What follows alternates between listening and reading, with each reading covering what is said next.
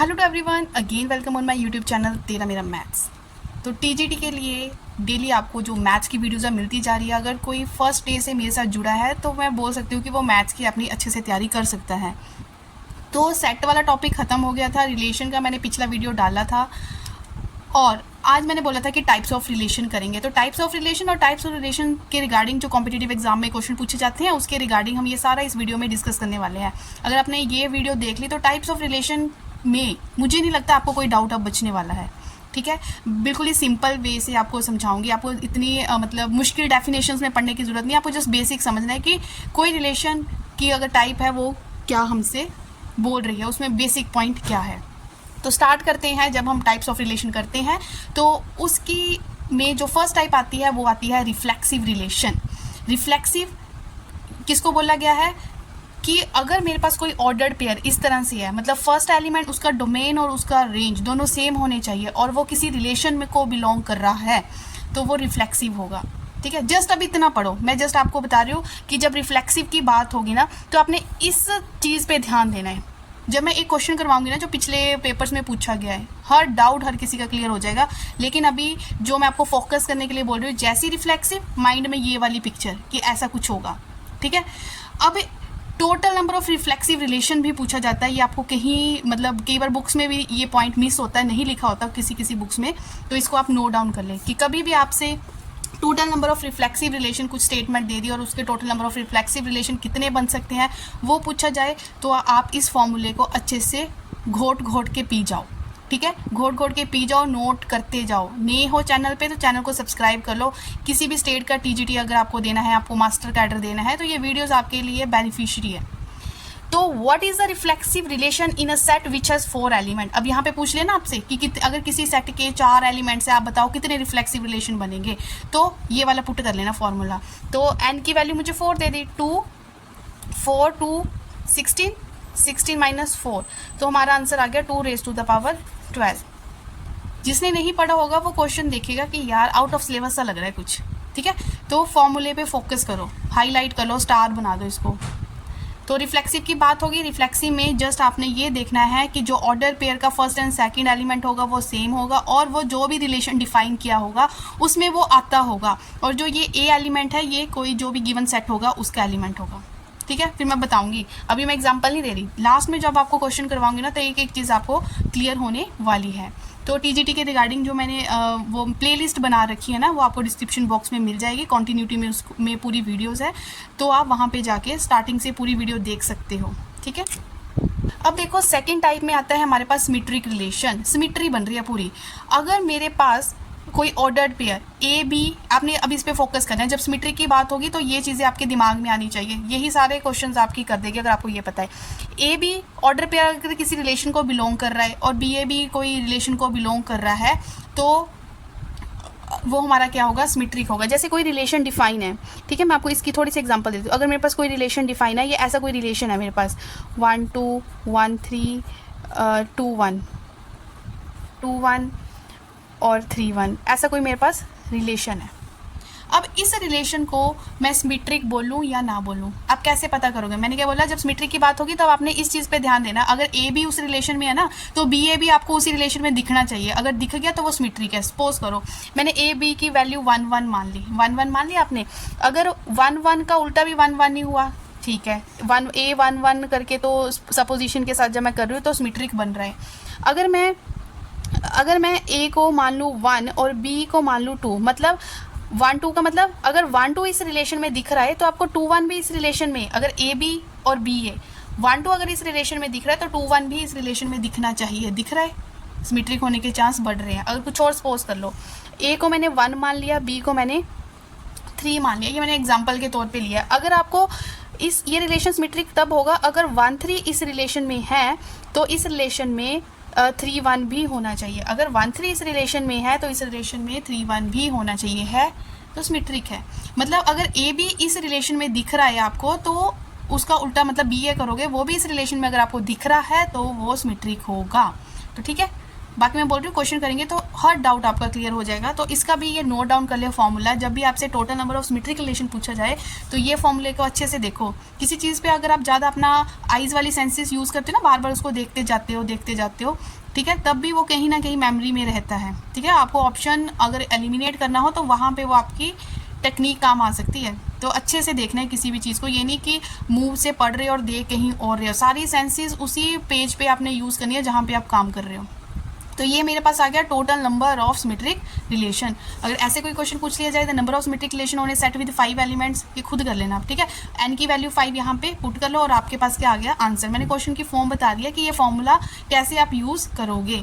तो यहाँ पे आपने एन की जगह 5 पुट कर लेना है। आई होप क्लियर हो गया होगा आपको कि मैंने आपको रिलेशन में 2 टाइप्स करवा दी है। फर्स्ट टाइप इज रिफ्लेक्सिव, उसमें क्या होता है जो ऑर्डर पेयर बनता है वो ए होता है, मतलब पहला एलिमेंट भी ए और दूसरा एलिमेंट भी ए। और दूसरी टाइप मैंने करवाई आपको सिमेट्रिक रिलेशन। ठीक है, अब हम इसकी थर्ड टाइप करते हैं। अब ये है मेरे पास third type transitive relation. Transitive relation में 3 एलिमेंट्स की बात हो रही है। अगर ए बी आपको किसी रिलेशन में दिख रहा है, फिर आपको बी सी किसी रिलेशन में दिख रहा है, तो ए सी भी उसी रिलेशन में होना चाहिए। ठीक है, जैसे सपोज करो ए मेरे पास 1 है, बी मेरे पास 2 है, सी मेरे पास 3 है। अगर आपको किसी रिलेशन में मतलब ए बी दिख रहा है, ए बी का मतलब 1 2 दिख रहा है, ठीक है, फिर ए बी, फिर होता है बी सी मतलब 2 3 उस रिलेशन में दिख रहा है। फिर होता है अगर ए बी उस रिलेशन में है, बी सी उस रिलेशन में, दिस इम्प्लाइज तो ए सी भी उस रिलेशन में होना चाहिए। ए सी मतलब 1 3 भी उस रिलेशन में होना चाहिए। ठीक है, ए बी भी दिख रहा है, बी सी भी दिख रहा है और ए सी भी दिख रहा है, तो ये किस तरह का रिलेशन होगा, ट्रांजिटिव रिलेशन होगा। बस इस चीज़ पे फोकस करनी है। ठीक है, डेफिनेशन को रट्टा मारने की जरूरत नहीं, इन ए बी सी पे आपने फोकस करना है, वही से हमारा सारा क्लियर हो रहा है। 3 पढ़ लिए। उसके बाद इक्विवेलेंस रिलेशन हम किसको बोलते हैं। देखो, जो रिलेशन रिफ्लेक्सिव की प्रॉपर्टीज़ को भी सेटिस्फाई कर रहा है, सिमेट्रिक की प्रॉपर्टीज़ को भी सेटिस्फाई कर रहा है, ट्रांजिटिव की प्रॉपर्टीज़ को भी सेटिस्फाई कर रहा है, तो वो होगा इक्विवेलेंस रिलेशन। उसके लिए ये नहीं कि कोई 2 सेटिस्फाई हो रहा है तीसरा नहीं हो रहा, तब नहीं होगा। तीनों सेटिस्फाई एट ए टाइम होनी चाहिए, तब वो जाके कौन सा रिलेशन बनेगा, इक्विवेलेंस रिलेशन। एक रिलेशन हमारे पास और आता है एंटी सिमेट्रिक रिलेशन। इसके बारे में ज़्यादा क्वेश्चन नहीं पूछा गया है, लेकिन फिर भी एक बार इसके रिगार्डिंग कुछ इस तरह से एग्जाम में पूछा गया है। कहते हैं कोई रिलेशन आर को हम एंटी सिमेट्रिक तब कहेंगे अगर ए रिलेट कर रहा है बी को और बी रिलेट कर रहा है ए को, और ये कब रिलेट करेगा, जब ए और बी दोनों क्या होंगे, सेम होंगे। बस आपने थोड़ा सा इतने पे ध्यान देना है। अब देखो, ये मैंने एक नोट लिखा है इसके रिगार्डिंग, क्या पूछा गया था पेपर में कि let R be a relation on a set A and, मतलब ये आपने प्रॉपर्टी याद करनी है। Let I N denote the identity relation, ठीक है, then R is anti symmetric. R anti symmetric तब होगा जब आर एंटी सिमेट्रिक है, इसका मतलब आर और उसका इन्वर्स इक्वल होंगे। इफ एंड ओनली इफ लगा है, इफ एंड ओनली इफ का मतलब अगर कोई चीज़ एंटी सिमेट्रिक है तो R is equal to R inverse होगा। अगर आपको ये बोल रखा है कि R is equal to R inverse है, तो बताओ वो सिमेट्रिक है, रिफ्लेक्सिव है, एंटी सिमेट्रिक है, ट्रांजिटिव है, तो आप सीधा बोल दोगे एंटी सिमेट्रिक है। मतलब इतनी सी बात अगर आपने दिमाग में फिट कर ली ना, तो क्वेश्चन कैसे कैसे घूम के आ सकता है, तो आप इजीली जो है ऑप्शन को एलिमिनेट कर सकते हो। ठीक है, and if and only if का मतलब पता होना चाहिए, अकेले इफ का मतलब पता होना चाहिए। ठीक है, इफ एंड ओनली इफ, यहाँ से यहाँ भी पॉसिबिलिटी सही है और यहाँ से यहाँ भी ये काम हो सकता है। इफ एंड ओनली इफ का मतलब ये, अगर कहीं इफ लगा है इसका मतलब यहाँ से यहाँ तो सही है, लेकिन उल्टा कन्वर्सली बोलोगे तब सही नहीं है, तब हो भी सकता है और नहीं भी हो सकता है। ठीक है, तो इसको अच्छे से नोट डाउन कर ले। वीडियो अच्छी लग रही है तो वीडियो को लाइक करें, आप अपने मतलब कमेंट भी कर सकते हो। ठीक है, कई लोग क्या होते हैं, मैं शेयर करना चाहूँगी कि लोग थोड़े से देखते हैं कि इस चैनल पे सब्सक्राइबर कितने हैं, इस पे व्यूज़ कितने हैं, उसको देख के ही वीडियो को ओपन नहीं करते हैं। ठीक है, अगर आप ये चीज़ें देख के वीडियो को ओपन नहीं कर रहे हो, एक बार ओपन कर लो, कंटेंट नहीं समझ आ रहा है तो आपके पास ऑप्शन है स्किप का, आप स्किप कर सकते हो। ठीक है, तो कोई भी वीडियो है, मैं अपनी ही नहीं बात कर रही, तो एक बार कोई, क्योंकि हर कोई नया मतलब यूट्यूब पे कोई आया होता है स्टार्टिंग में ही थोड़ा, अब इतने सारे व्यूज़ हो जाएंगे, तो आप कोशिश किया करें उनका कंटेंट देखें, अच्छा लग रहा है तो लाइक करें, शेयर करें।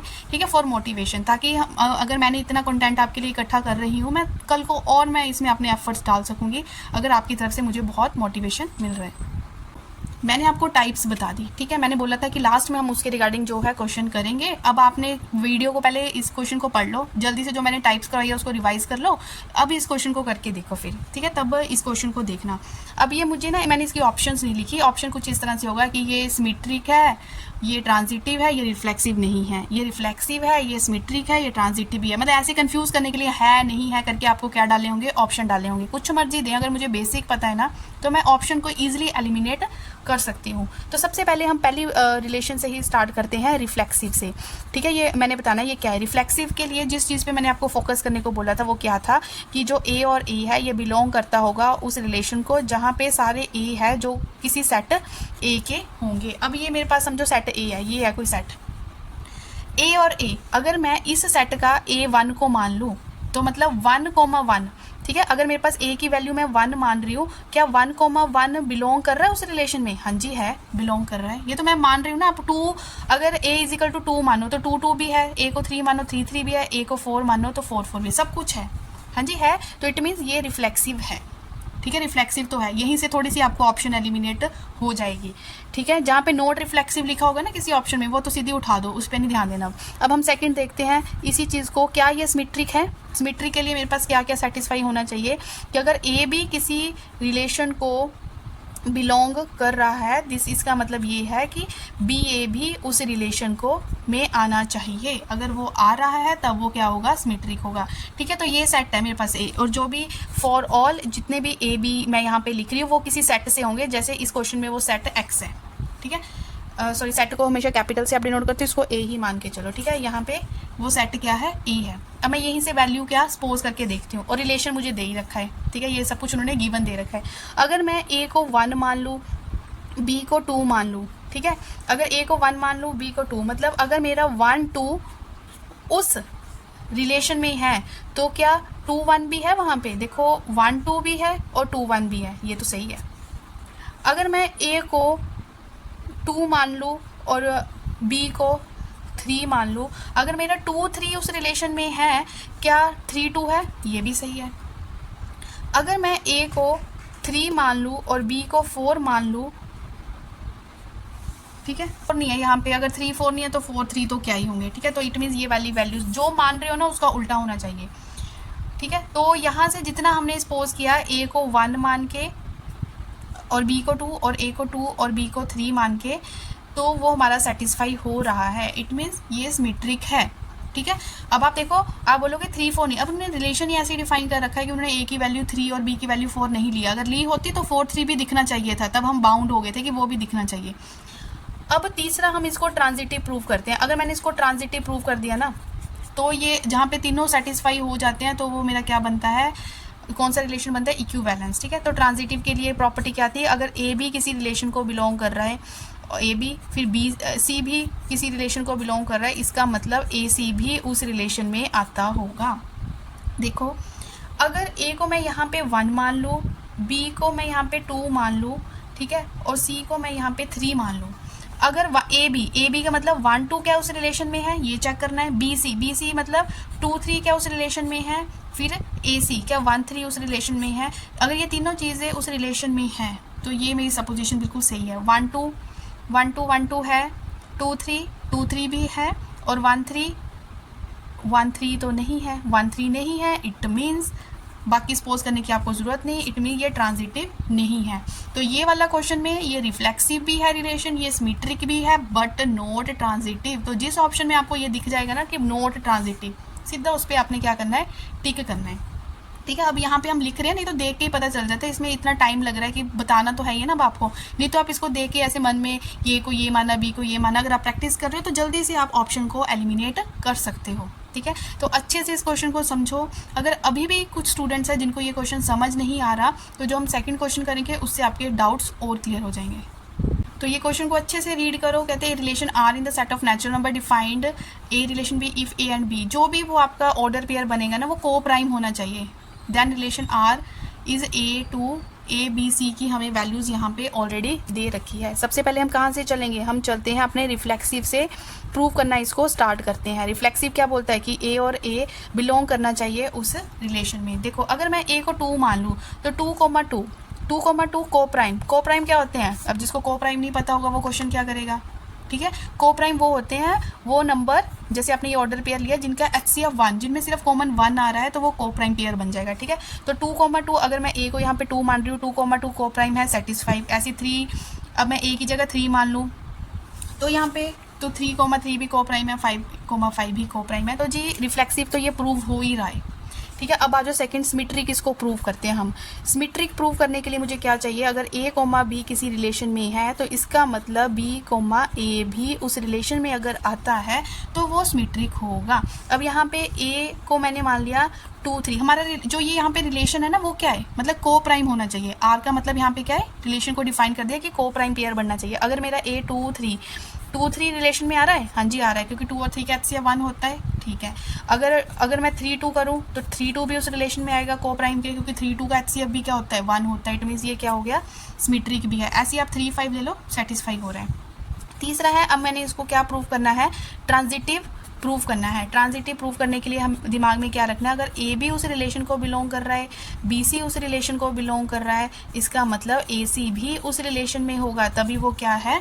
ट्रांजिटिव है। तो देख लो A की वैल्यू क्या है? 2, 2, 3 रिलेशन में आ रहा है, हाँ जी, क्योंकि ये को प्राइम बन रहा है।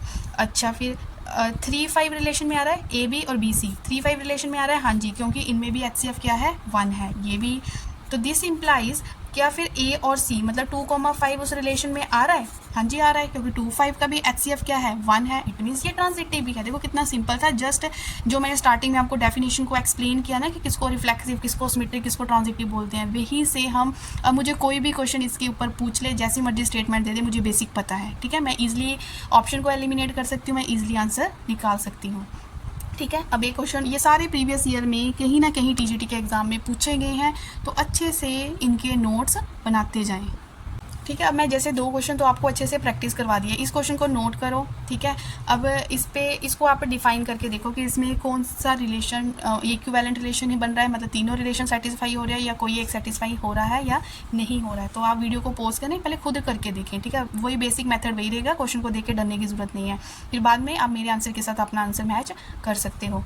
तो जैसे ये मुझे रिलेशन डिफाइन कर दिया है, ठीक है, यहाँ पे इन्होंने रिलेशन इस फॉर्म में डिफाइन कर दिया है। सबसे पहले मैं कहाँ से चलूँगी? मैं करूँगी स्टार्ट क्वेश्चन को रिफ्लेक्सिव से। रिफ्लेक्सिव में क्या होता है? A, उसमें आना चाहिए, रिलेशन में आना चाहिए, ठीक है। A को सपोज कर लो, A मैंने सपोज कर लिया 1 है, तो 1 - 1 क्या हुआ? 0। 0 is greater than equal to 1/2।